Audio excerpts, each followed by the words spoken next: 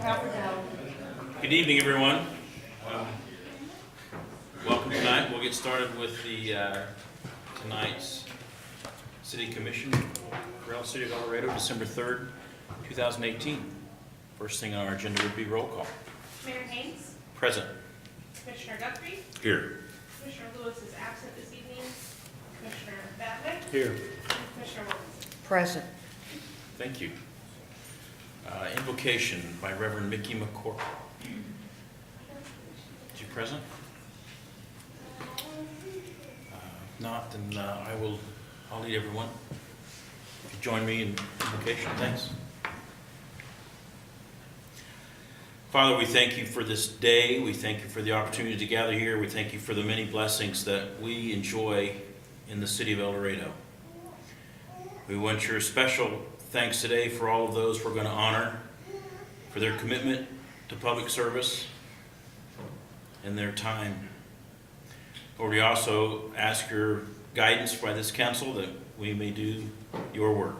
In Christ's name we pray, amen. Amen. Please join me in the Pledge of Allegiance.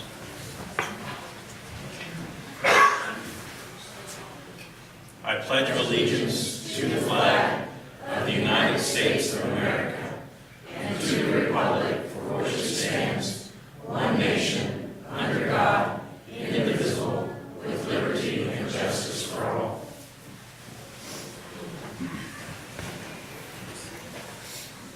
Thank you, everyone.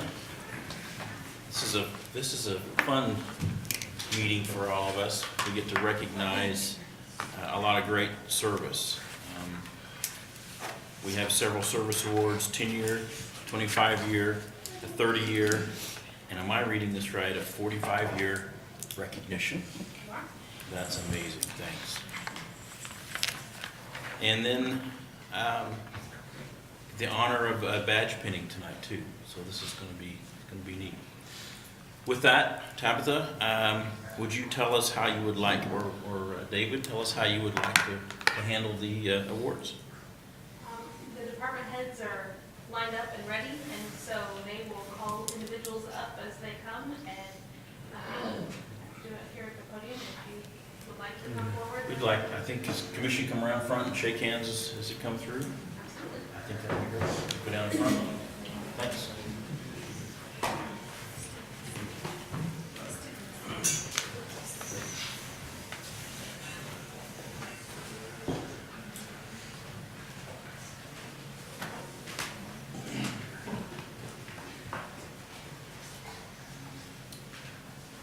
Okay, so kind of like the mayor said, this is one of the best parts about being a department head is you get to come up and recognize all of our employees at some point in time and their dedication. So I have 3 10 years service awards.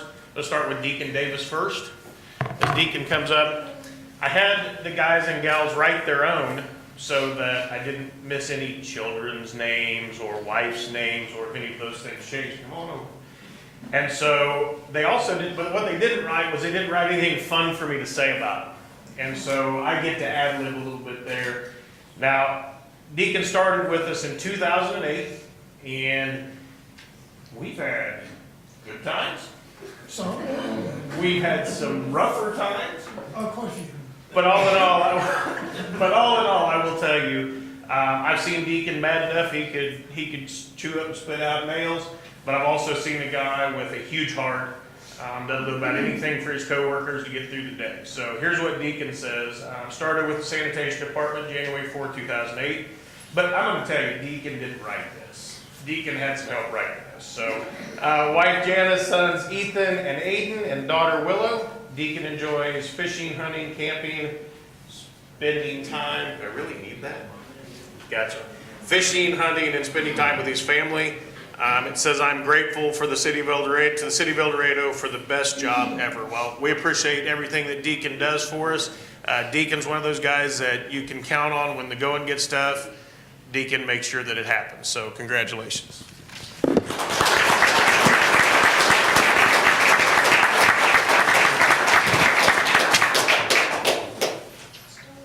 Justin Guy.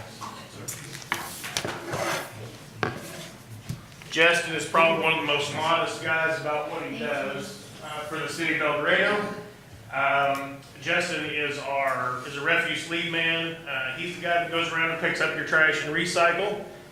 Justin tips, hang on. Justin tips about 9,000 carts a week, which is amazing. And when we tell our story to other cities about automation and how we've come, where we've come to, and where we're headed, they just can't believe one guy tips 9,000 carts in a week. That's 4,500 recycle ones and 4,500 regular trash carts. That's a lot of carts, no matter how you look at it. So, Justin says he started out with the sanitation department, son Justin Jr. and wife Carrie. I will tell you, cool story about Justin and his son. They came down for trick or treat down the street, and JR was the star of the show. When it came to having Dad's truck there, coming down 2nd Street, I've not seen a prouder kid sitting in the seat next to his dad than this kid was coming down the street and then sitting there. He was excited when I showed him how to blow the air horn. So he'd wait for just enough people to get up there, and then he'd lay on that air horn when they were up there. He loved that. So Justin enjoys car shows, family time, and fishing. Congratulations, Justin.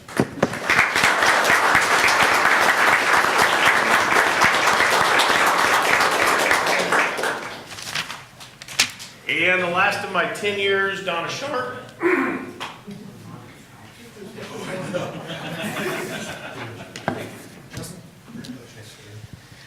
Okay, where's the box of Kleenex? Because every time Donna and I get together, there's going to be tears from her.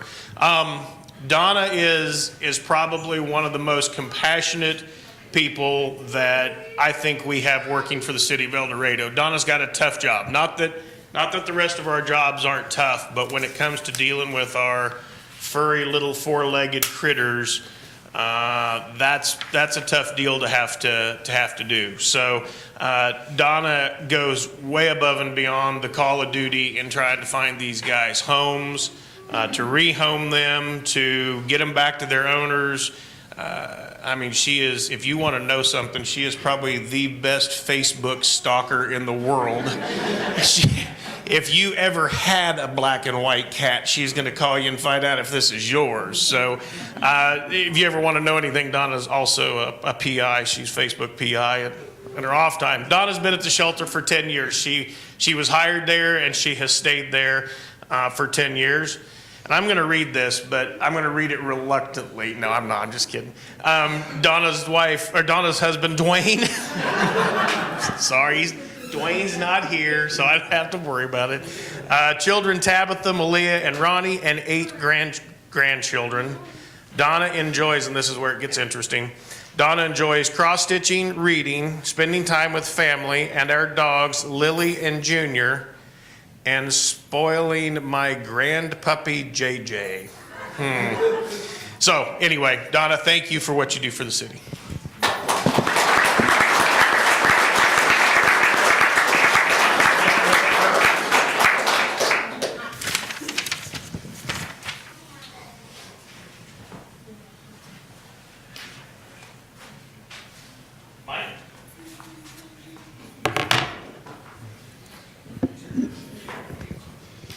I'm not going to ad-lib as much as Brad did, so I'll just stick to my prepared notes. Mike Rose began his career with the Eldorado Fire Department on January 13th, 2008, after graduating from Hutchinson Community College with an associate's degree in fire science. Mike began working under the supervision of Captain Max Brown on C Shift in 2008. He's had the privilege to work under Captain Jellison, Captain Zimmerman, Captain Rick Whiteside, and Captain Tony Yajin. In 2013, Mike achieved the rank of Master Firefighter. He began taking over vehicle maintenance program in 2014 with help from myself and Captain Zimmerman. He was promoted to lieutenant in 2015 and assigned to Station 2. In 2018, Mike was promoted to the position of captain with the Eldorado Fire Department. Mike has served on several truck committees as well as the Station 2 committee. Mike enjoys giving back to the community by coaching youth football and serving as a member of the Circle Recreation Board.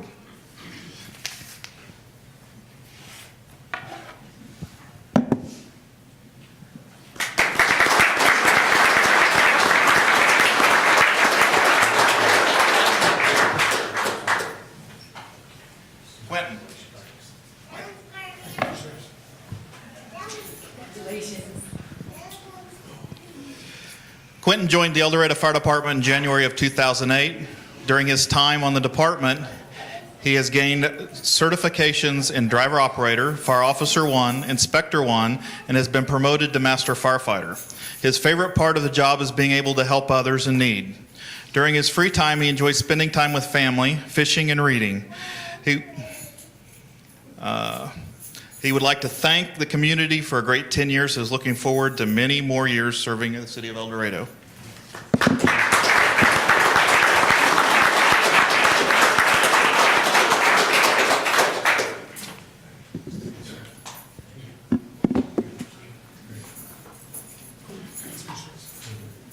Congratulations.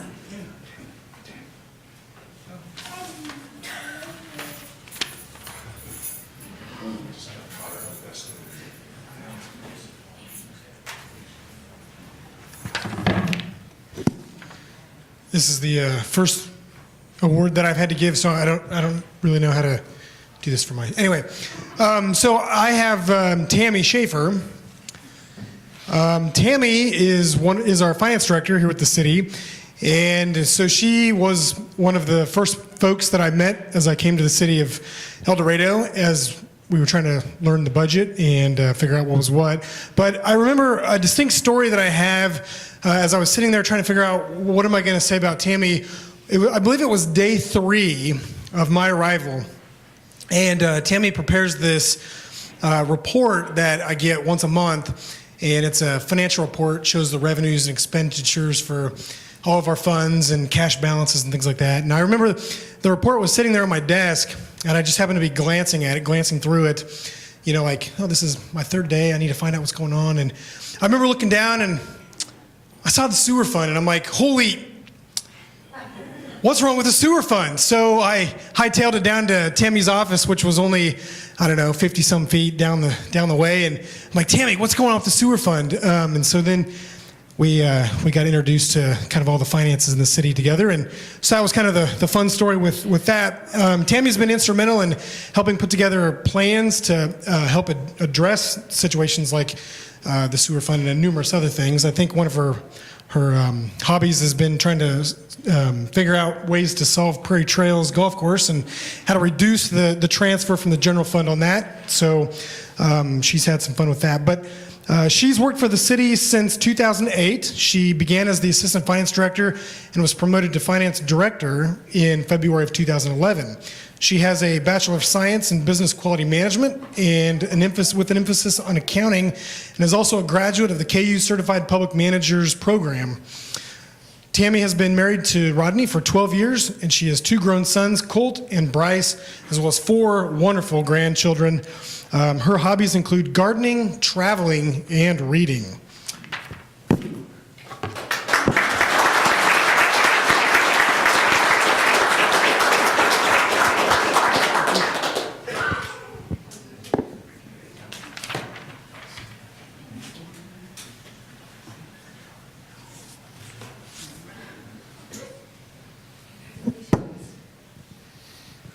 Well, I'm not going to tell any stories because paybacks at the police department are pretty brutal. So I'm just going to get on with it. John Stewart.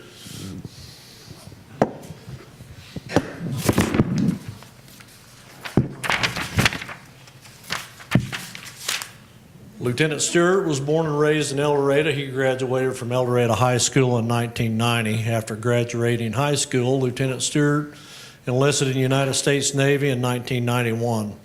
While in the Navy, Lieutenant Stewart served as an airframes and hydraulics mechanic on FA-18 Hornets and served 1 tour during the War in the Gulf in 1993, deployed on the USS Nimitz. Lieutenant Stewart was honorably discharged from the Navy in 1998. Lieutenant Stewart began his employment with the Eldorado Police Department in October of 1999. In 2006, Lieutenant Stewart took 2 years off due to personal reasons and returned employment at the police department in 2008. So actually, John's got 17 years of service, but he's getting his 10-year award tonight. While serving at the Eldorado Police Department, Lieutenant Stewart has been a patrol officer, canine officer, detective, and is currently the supervisor for Patrol Detail 1. Lieutenant Stewart resides in Eldorado with his wife Chrissy, stepson Dakota, Demo, daughter Sydney, and son Trevor. I can say I had the honor of working with John early in his career. It was always a pleasure, and John always had my back, and the feeling was mutual. So thank you, John.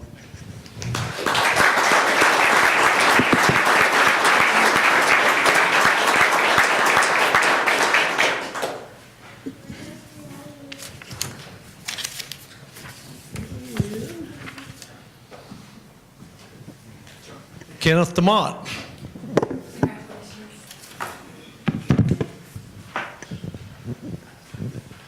Kenneth started with the Eldorado Police Department in March of 2008. He came to us from Nickerson, Kansas, where he was a police officer there. He has spent the majority of his time in the police department on the road with a stint as public relations officer. Ken was promoted to Master Patrol Officer on March 24, 2015. On September 16, 2015, MPO Tomat was awarded the Eldorado Police Department Life-Saving Medal.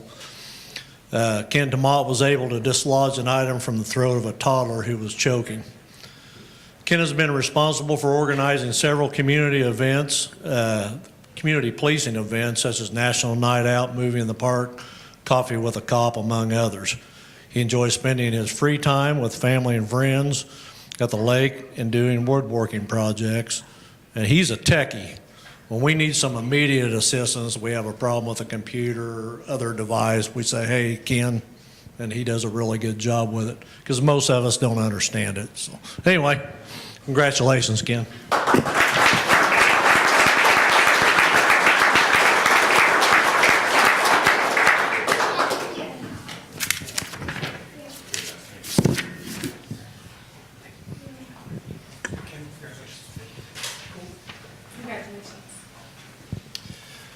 I have the privilege tonight to be the first one to award a 20-year service award, and that's to Jason Huey. Jason started his career with the City of Eldorado in 1998 after working for the Kansas Department of Transportation. He was hired as an equipment operator for the street department and worked in that position for 2 years and then was promoted to street superintendent in 2000. Throughout his time with the city and the Public Works Department, he obtained a whole list of certifications that I'm not going to read through tonight. Some of which even surprised me. In 2012, after the City of Eldorado purchased Prairie Trails Golf Course, Jason continued his employment as a street superintendent and also was appointed to oversee the day-to-day operations of Prairie Trails. In 2015, Jason was transferred to Prairie Trails, and in 2017, he was named the Prairie Trails General Course Manager. Jason enjoys golfing, believe it or not, since he works at Prairie Trails, is an avid hunter, and is an all-around good guy. Jason would do anything for anyone within the city and within the public, as evidenced by his 20 years. Jason's a lifelong resident of the city of Eldorado, and he has 2 children, son Jacob, who's here tonight, and his daughter Jamie, who I believe is at Washburn in Topeka. Congratulations.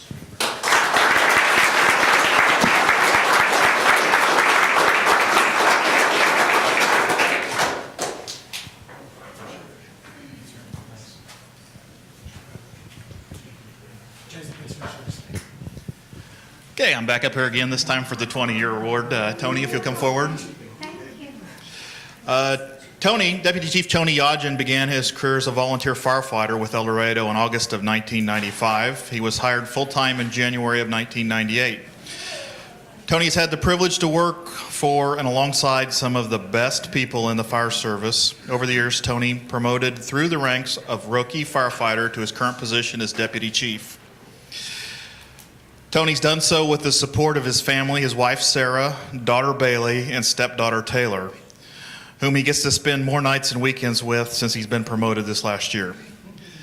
Tony enjoys spending time with his family, chasing his daughter Bailey to all of her cheerleading events, soccer games, and swim meets, as well as he enjoys cooking.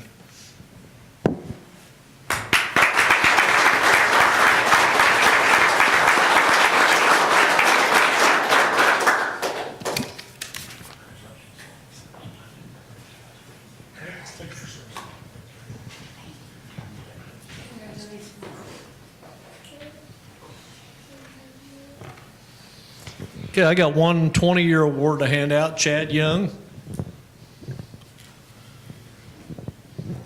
Chad Young hired on the Eldorado Police Department on November 2nd, 1998, where he was assigned to the Patrol Division. In 2003, Chad was assigned to the Criminal Investigation Division as a detective. While in that division, he was promoted to Detective Sergeant and began leading the division. In 2010, Chad was promoted to Detective Lieutenant. In 2011, Chad became a certified polygraph examiner after graduating from a 10-week course in Austin, Texas. He has been conducting pre-employment and criminal polygraphs for the Eldorado PD and other agencies ever since.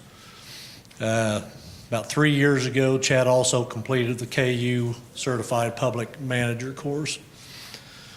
On October 8th, 2013, Chad was promoted to police captain and as commander over both Patrol and Criminal Investigations Division. Captain Young acts as deputy chief in the absence of the chief.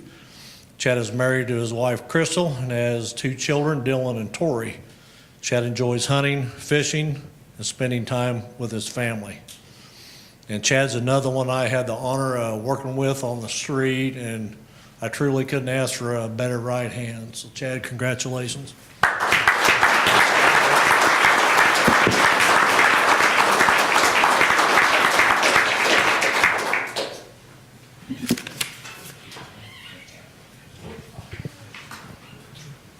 I got a 25-year to give out. Tim Baker, would you please come up?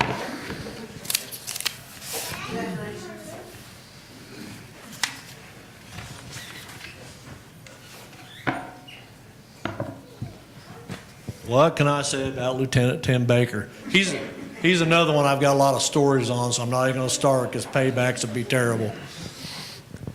Tim started employment January 1993 with the Eldorado Department of Public Safety and served in both fire and patrol divisions.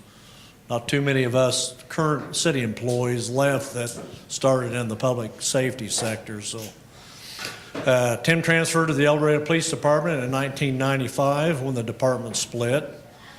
Tim has achieved the ranks of Master Patrolman, Sergeant, and Lieutenant in February of 2005.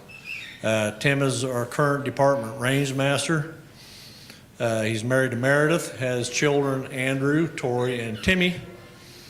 His hobbies enjoy the outdoors, hunting, fishing, hiking, camping, competitive shooting, disc golf, regular golf, wood carving, and amateur radio. He's a busy boy.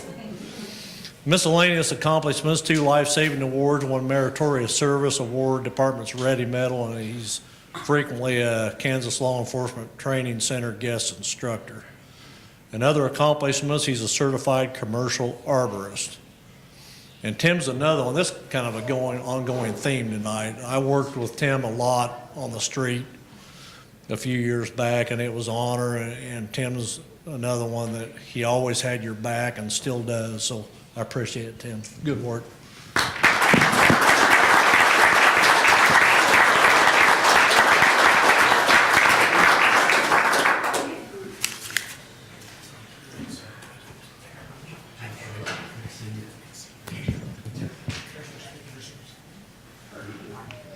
Okay, I too have another 25. Gene Ehrlich, please come up here.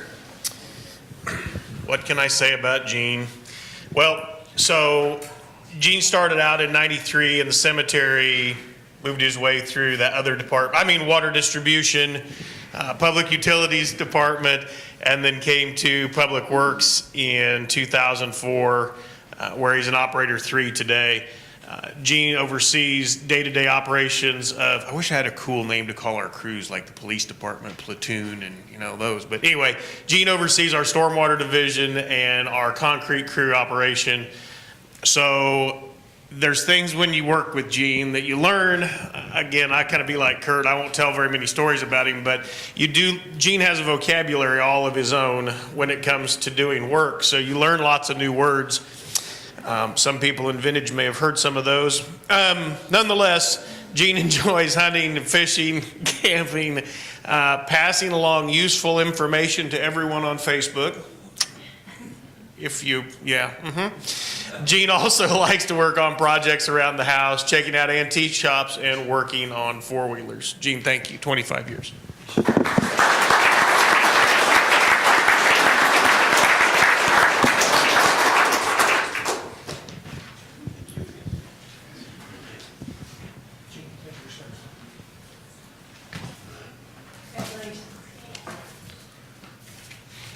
Well, I am honored to have the 30 and, yes, 45-year awards tonight. And as the tenure gets longer, the presentation gets longer, so apologize. However, Gary Taylor is not here tonight. Gary is starting his parenting journey over. He is an adopted first grader, and so he is at her Christmas program tonight, which is very important, so I'm glad he's there. I'm going to say a few things about Gary. He actually started his career with the city in the street department in 1988. In 1991, he transferred to Parks and Cemeteries and worked there for a few years. In 93, he transferred to Water Distribution, where he worked his way up to lead operator. And then in 2001, he transferred to water treatment as a water treatment operator. He attained his Class 4 water certification while he was there. And then in 2009, he was promoted to his current position as Superintendent of Water Distribution and Sewer Collections. Gary's very passionate about his job, and consequently, he's come up with some very effective ways that have made our operation more efficient and saved the city money. He recently graduated from the Kansas Emerging Leaders Program. He has 2 children, Jeremy Jamie and his daughter Holly. Enjoys spending time with his family, hunting, training his bird dogs, fishing, and spending time outdoors. So I'll accept this honor.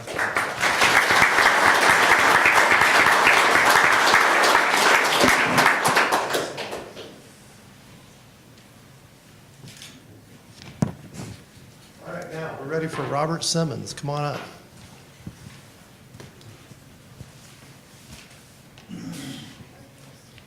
"45 years, think about that.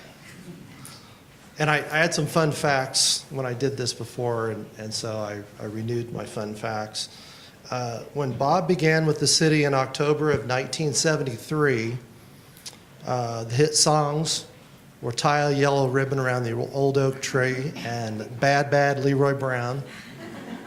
Gasoline was 36 cents a gallon. A new car was about $4,000. Bread was 27 cents a loaf, and a stamp, which I think the stamps are getting ready to go up again, a stamp was 8 cents. Richard Nixon had just announced the peace accord at the end of the Vietnam War.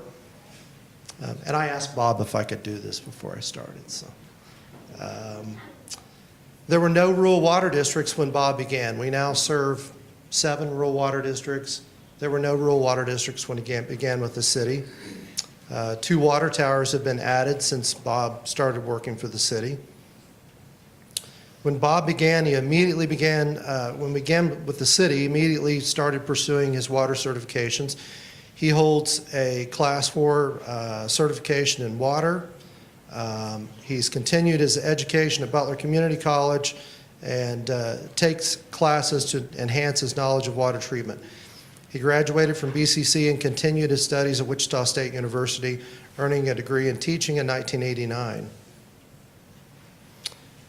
During his tenure, a SCADA system was added to the water treatment plant. So when Bob first started, the plant had to be operated 24 hours a day. We didn't have electronic monitoring, and so Bob was part of that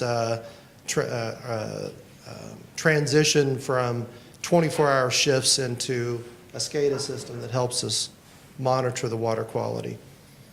The plant was expanded during his tenure. In 1998, we'd had an expansion of the water treatment plant. Bob has been known, and when I first came to the city to work, Richard Porter told me, he said, now, Bob may come to you and ask to take some vacation time, but he's been known to take vacations to Colorado just to attend the Hawk Water Treatment School. So he would go on vacation on his own time to learn more about water treatment. So I think it goes without saying nobody in Eldorado knows more about water than Bob. And I always tell him, as long as he wants to work for us, he's got a job here with us. He has a lot of knowledge to transfer on to our new water treatment operators.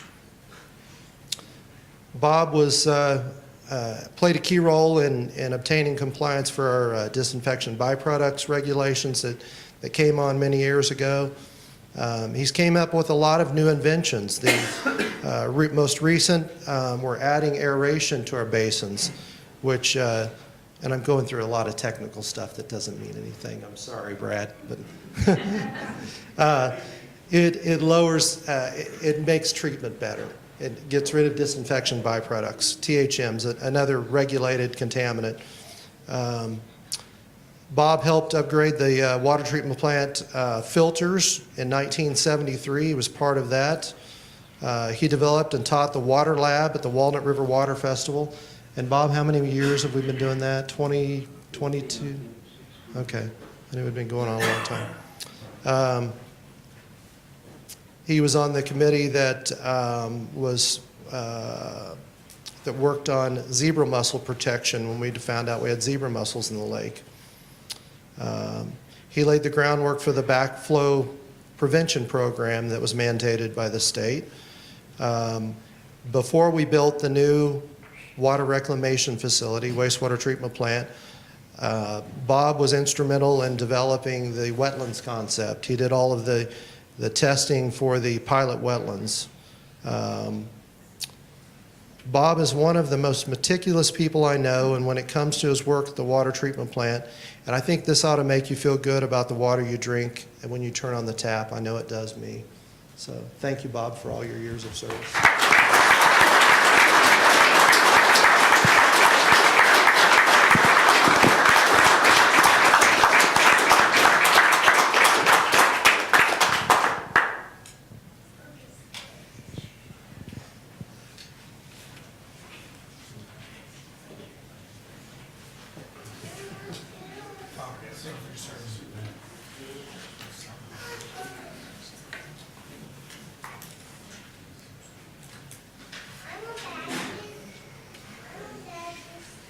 We're going from very experienced people now to my newest employee hire. We have a tradition in the fire service that when we hire a new firefighter, part of the process of bringing her into the fold here in the department is a badge pinning. Alicia, can you come forward, please? Alicia gets to choose an individual who has influenced her and I would say probably influenced her fire service career to come up and pin her badge on her tonight. She has chosen her father, Towanda Fire Chief Tom Pyle. Tom, can you come up?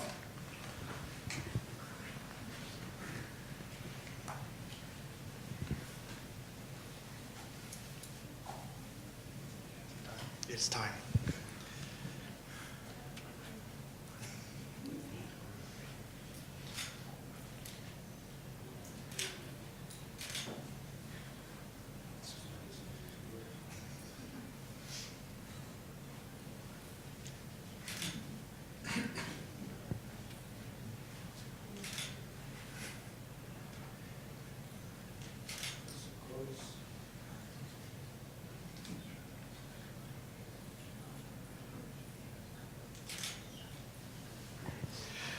Congratulations, Firefighter Pyle. Welcome aboard.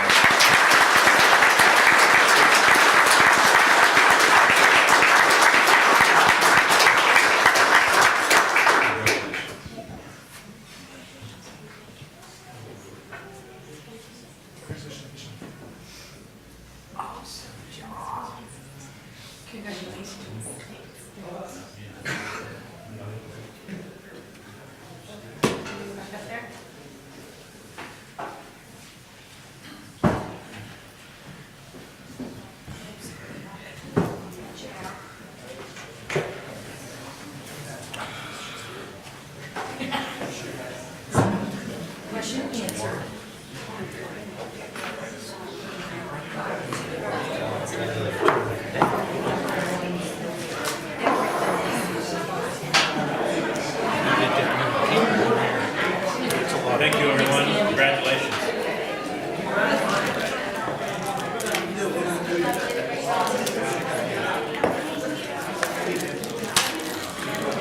So we didn't do that. We did more than that.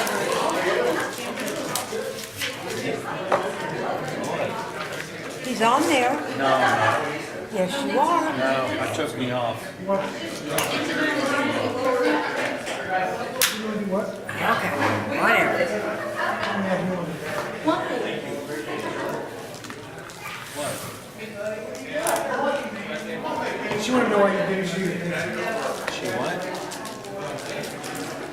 You're on the list. You wouldn't go. Because I didn't want to.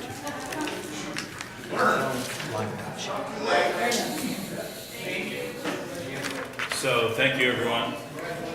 And although I'm probably going to get kicked underneath the bench, I will say that through his humility, he inclined to be recognized up front, but I'm not going to let 8 years go by with Commissioner Badway. Thank you for your service. Thank you. We'll move on to personal appearances.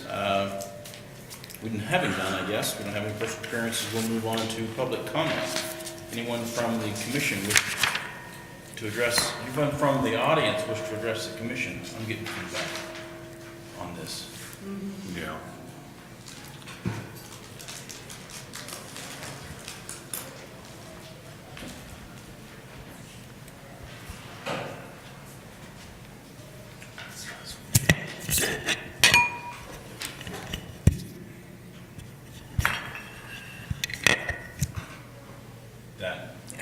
Is that better? Can you hear me okay? Okay. So, public comment. Anyone from the audience wish to address the commission?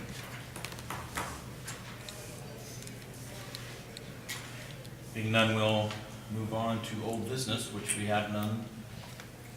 Move to new business, which is Deer Grove Special Use Permit. This is a topic that we discussed and actually voted on last Mr. meeting. Mayor, I'm sorry, you skipped the consent agenda. I did, didn't I? Yes. That was right at the top of the page. Okay, my apology. Consent agenda. Any questions or comments on the consent agenda which were sent out to us earlier this week?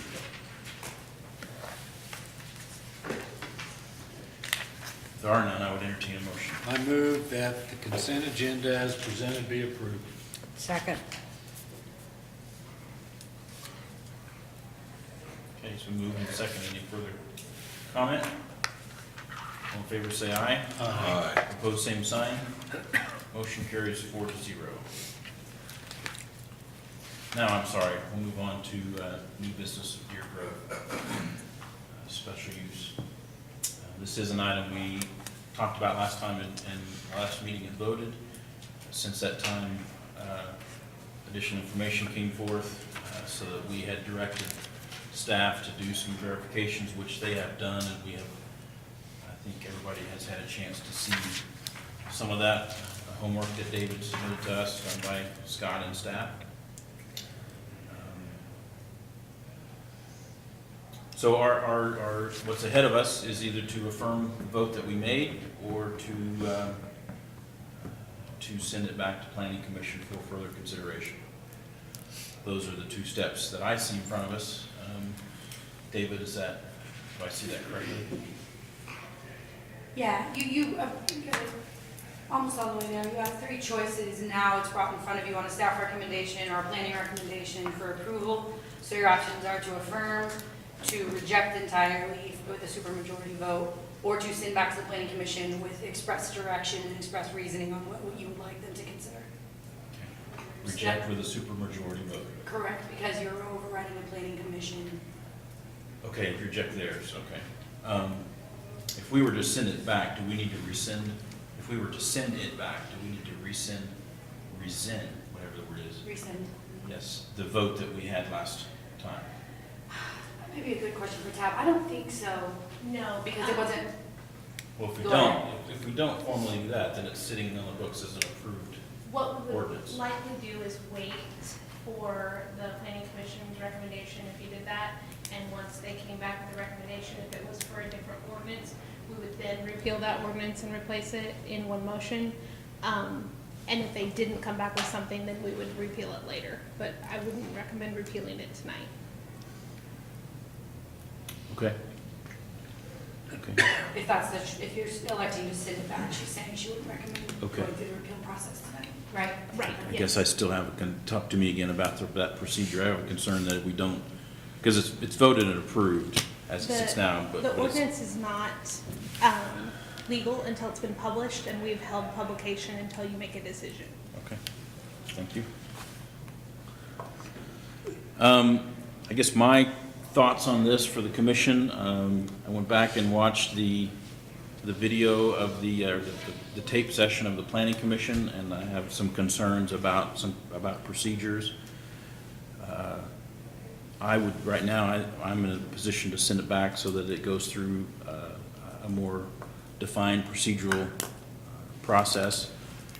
In particular, I don't see that they spent any time going through the 17 points, which I think is important to do. So those 17 points of Golden, I think it's a court case of Golden versus Overland Park, I think. There's 6 of them. There is not 17. And basically what that does is, it's a criteria. And it also says, as long as the city has voting criteria for issues relating to rezone, special use permits, those can be used as well. So the planning commission did have within their staff memo are 6 criteria for the special use permit. And they have to do with, and I can go ahead and go through these, but the location and size of the proposed use, which you guys saw as well in the accessibility of the property, utilities, location, nature, heights of structures, layouts, the adequacy of the required yard setbacks, and also the compatibility of the neighborhood. So that's what they consider as a planning commission for their voting, and based on their motion, based on staff's recommendation, memo, and items heard at that public hearing. Where am I getting 17 criteria then out of that Golden? Yeah, there's been some misinformation shared back and forth, but I would echo what Scott said. I read the Golden case this afternoon and have read before. And there's not 17 factors. There's 6 with an additional 2 things to consider. Those are direction from the Court of Appeals of things to consider when you're granting zoning variances and other things of that nature. And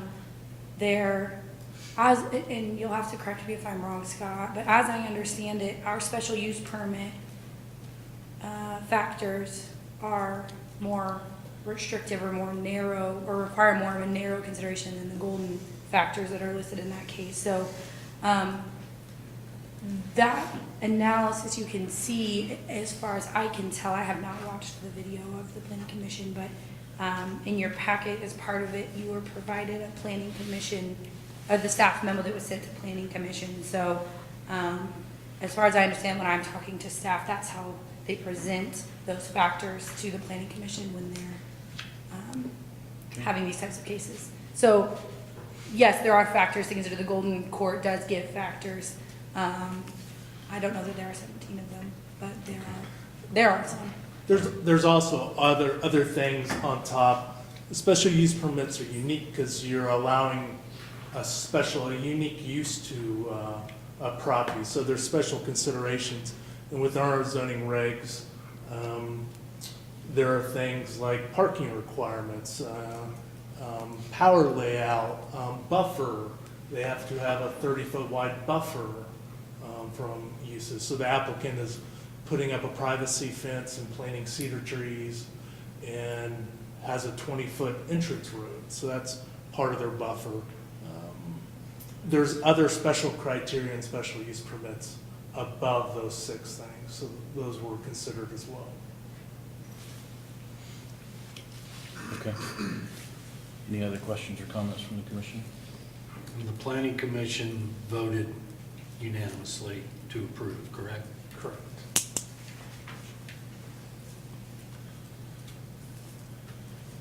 Okay.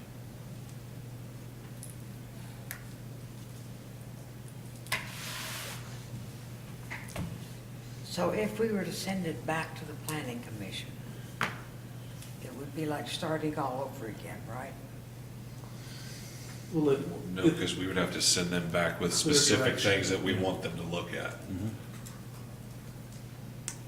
I mean, that's from what I just picked up. So, I mean, we want them to say, you know, I want you to look at, how do you feel about the fencing barrier? or the driveway makeup. I mean, we'd have to specifically give them something to look at, right?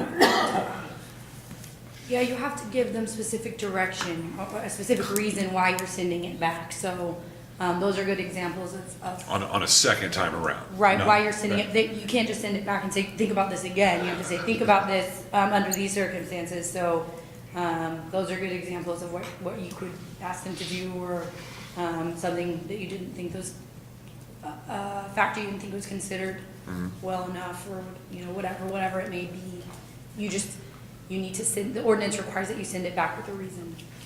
Well, I was under the impression that the reason we were even considering this to reaffirm was because there were 2 aerials in there, and one was about 118 feet short of the other one. That is. And I believe we were told that the planning commission voted on, the one that was in their packet was the long one. Is that a true statement?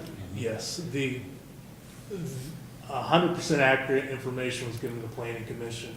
At the city commission meeting at your last, when I presented, the image on the screen that was shown everyone during your consideration was the correct illustration of the special use permit boundaries.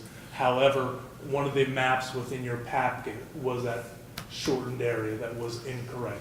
So staff felt it was, once we discovered that it was probably appropriate, we came and have you reaffirm the ordinance prior to publication, just to let you know we did find that there was that one piece of information within your packet that was incorrect.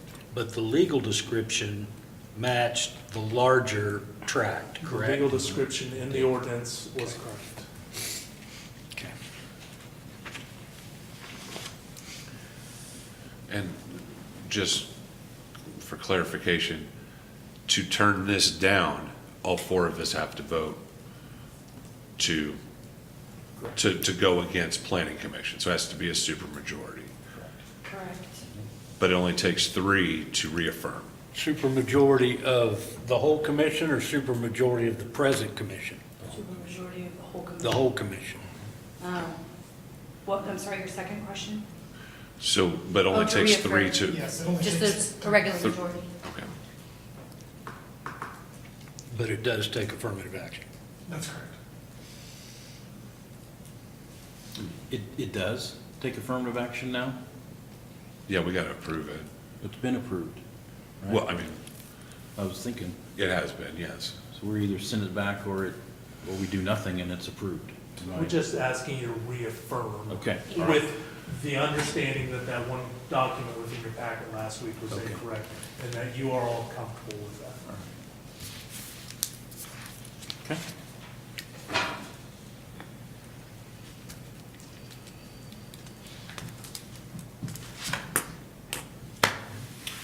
Well, Well, I would entertain a motion. I move to reaffirm ordinance G 1292, an ordinance approving an SUP for campground at 2953 Southwest Highway 54, Southeast. Southeast Highway 54. I'll second the motion. Okay, so moved and second to reaffirm. Any further questions, comments from the commission? What you're telling me is that the planning commissioners had their points that they went through. Those, you're saying they had 6 points that they went through. But they were staff comments and not necessarily planning commission discussion. Yeah, I mean, we don't, historically, when we present a case to the planning commission, go through every line item of each criteria, and they're unique in each case. So rezones are different than special use has, and we don't go through and talk about each one of those if they're provided with all those documents. Okay. And make a point to say, and include it in your staff report. This even spells out staff's recommendation. Okay. It's been moved and seconded to reaffirm the vote of last week. All in favor, say aye. Aye. Aye. Opposed, say nay. I say nay. So it passes 3-1. Okay, we'll move on to next item on our agenda, which would be write-offs. Mr. Mayor and Commission, delinquent accounts owed to the city of Eldorado have to be determined uncollectible each year and removed from the city's accounts receivable records.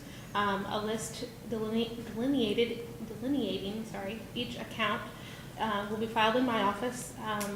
This year, the deferred fines to be removed total $58,002.67, and the miscellaneous billing amount to be removed is $2,473.17. We would like to note that the total deferred fines being written off, $6,087.50 of that is state fees and would be remitted to the state upon collection. Therefore, this portion is an actual loss of revenue to the city of Eldorado. As always, this is a GAAP function and follows the generally accepted accounting principles that we're required to adhere to. And we do not actually forget these debts. We write them off of our accounts receivable and place them into our uncollectible debt account, and then we use different methods such as the state set-off or a private collection agency to attempt to collect them, as well as the ladies out front do a pretty good job. They mentioned earlier that Donna was a good Facebook stalker. These girls, they all share that in common, and so they tend to find the people that owe us money pretty quickly and get that. So both items are less. The court money is about $1 less than last year, so that's good, but the miscellaneous accounts are significantly less than last year as well, so. Any questions? Congratulate your staff. I will tell them. Okay. Any questions or comments from the commission? If are none, I'd entertain a motion.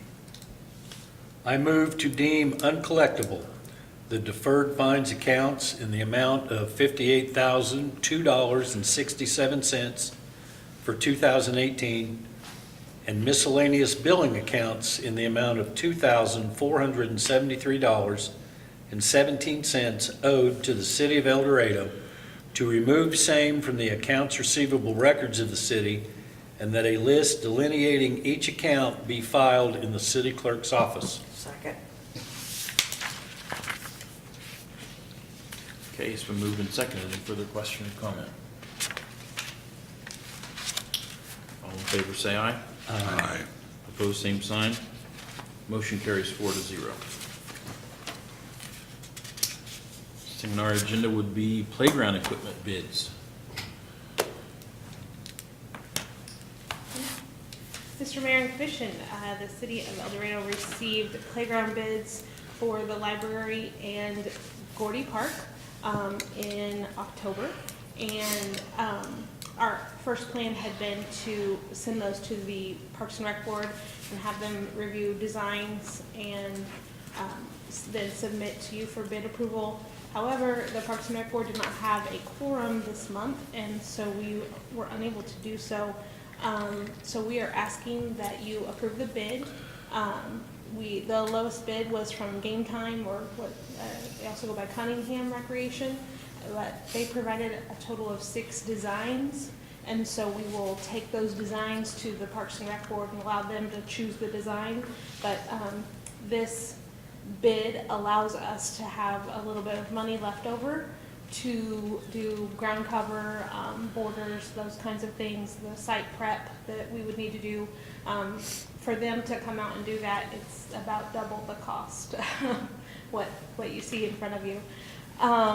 The money that we're using to fund these 2 projects is from sales tax. It was approved in 2017 and 2018 to be spent in the years 2018 and 2019.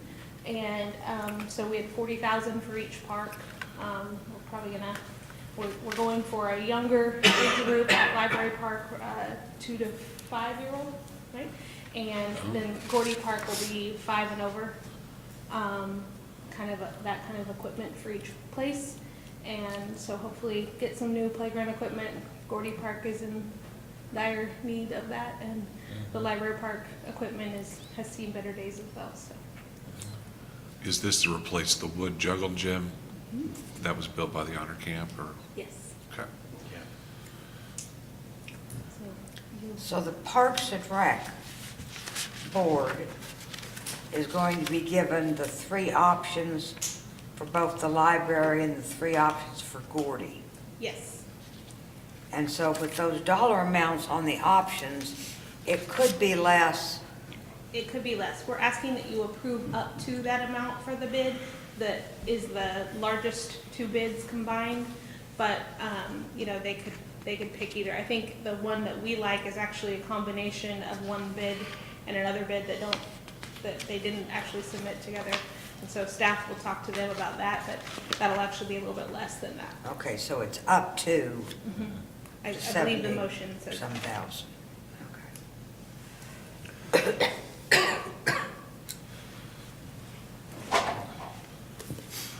Any other questions? Okay. Kevin's here if you have any technical questions. I mean, I would have liked to have seen what they look, I mean, what the diagrams were. They didn't come in a very friendly form for showing here, but Yeah. we would be happy to let you look. I would just out of the, And you'll you see know, it Parks and Rec just to Board. kind of see, I was hoping for a preview. It wasn't in there, and I was like, man, okay.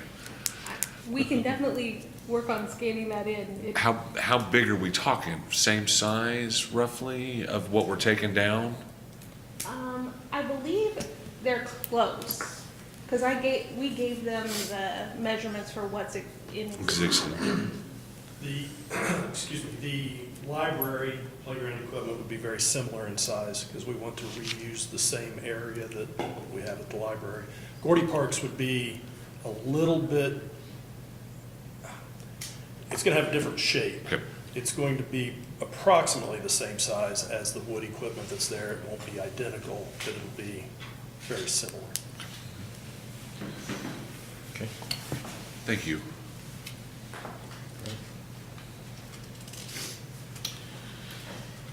All right, any further questions from the commission?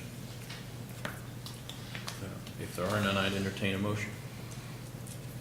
I move that since Game Time has submitted the lowest and best bid for playground equipment at the library and Gordy Parks, the city manager be directed to award the bid to said contractor. Second. Okay, it's been moved and seconded. Any further question? Comment? All in favor, say aye. Aye. Opposed, same sign. Motion carries 4-0. Thank you.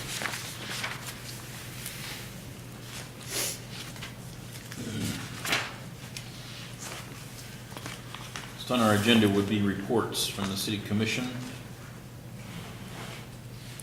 I have none.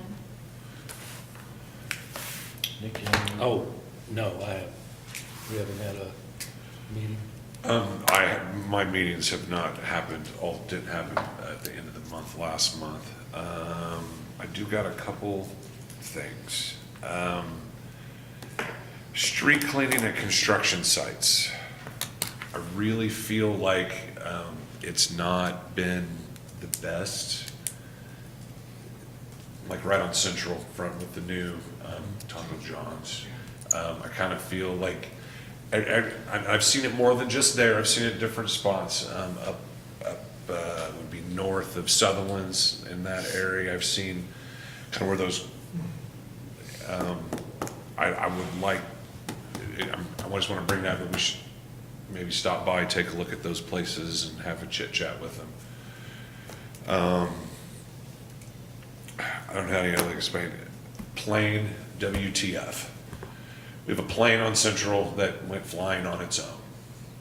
How is this even possible in town? A plane? There was the plane in front of the red coach. Oh, Airplane. yeah. Yeah, okay. I've been meaning to ask for weeks before it decided to fly on its own.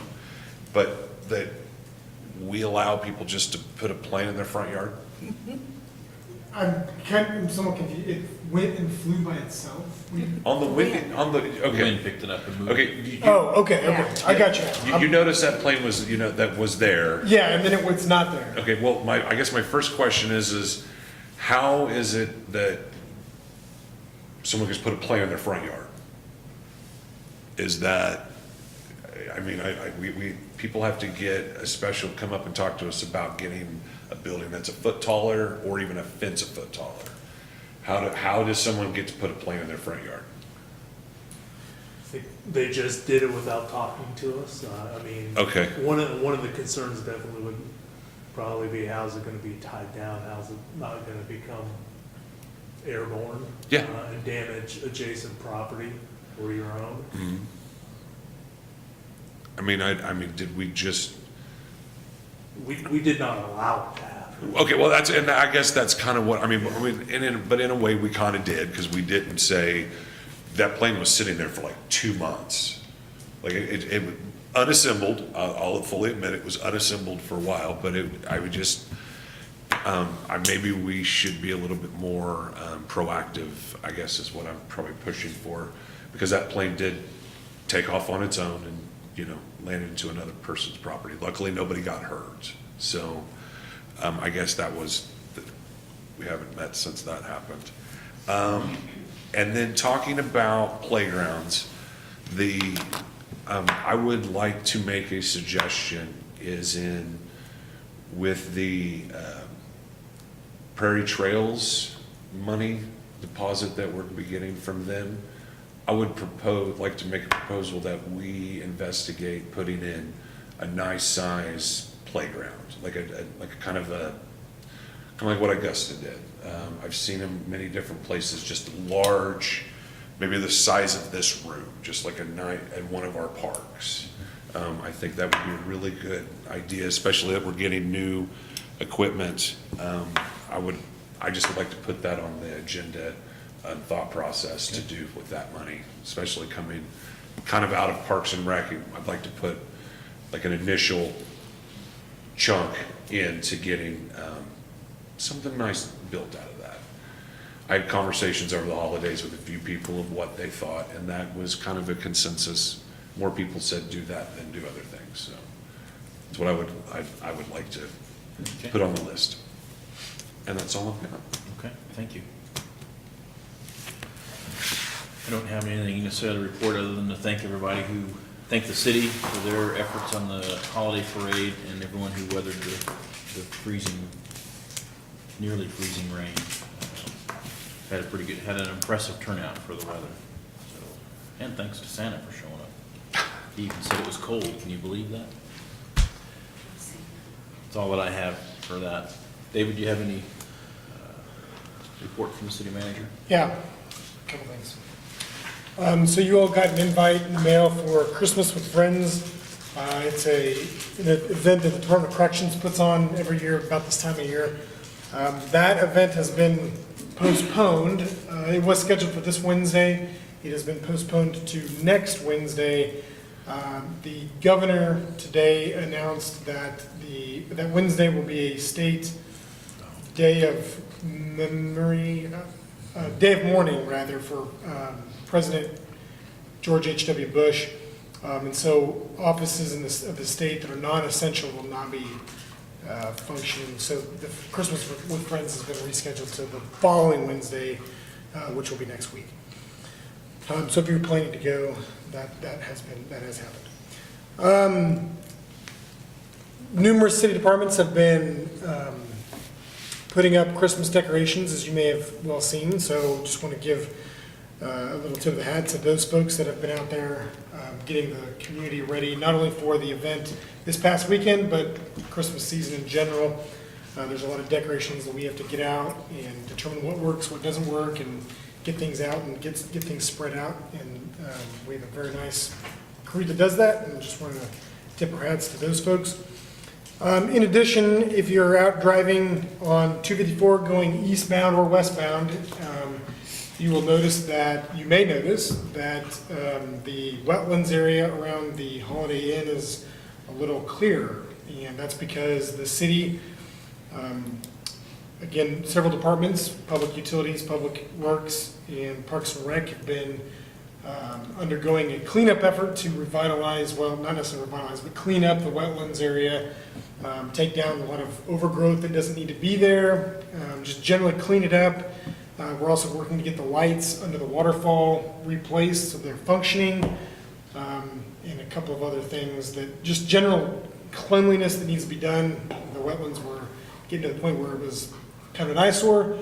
And as one of the things with our community image, that was one project that staff identified as something we can all kind of do and partner, and it wouldn't take a whole lot of resources and a whole lot of time. So that's happening in the last couple of days, and with the goal that most of it will be done by the end of the year, but some of that might carry over, but we're diligently making that happen as we speak now.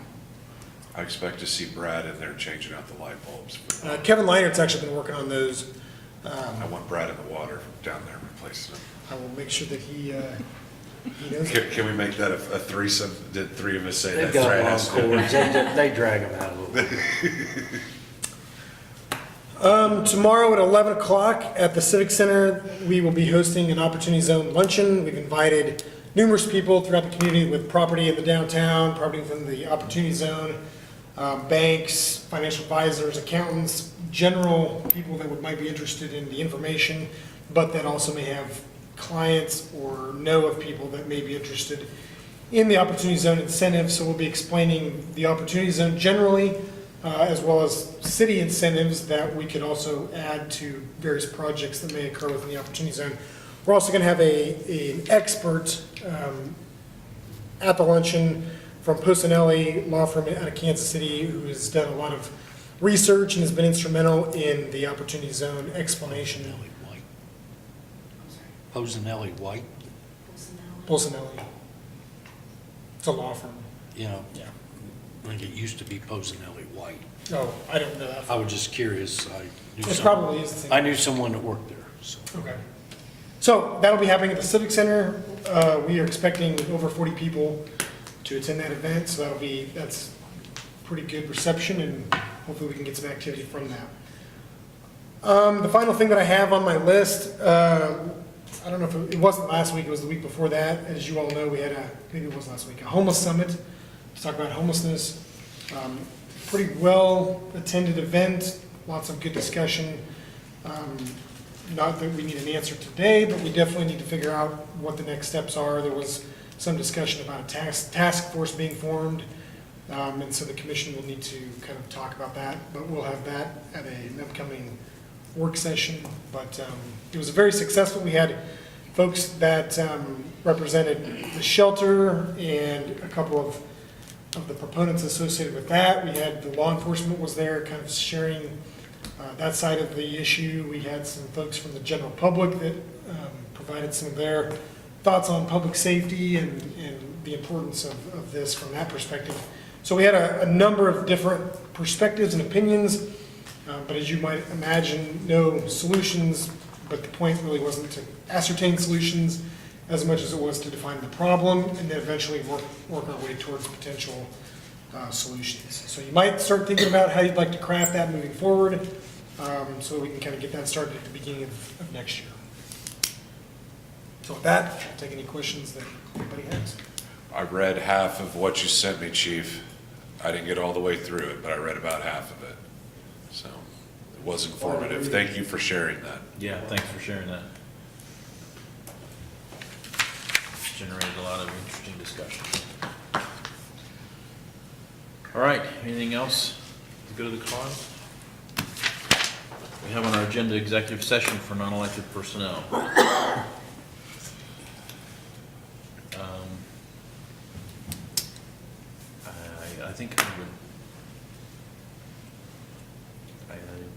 I would suggest 30 minutes. To start.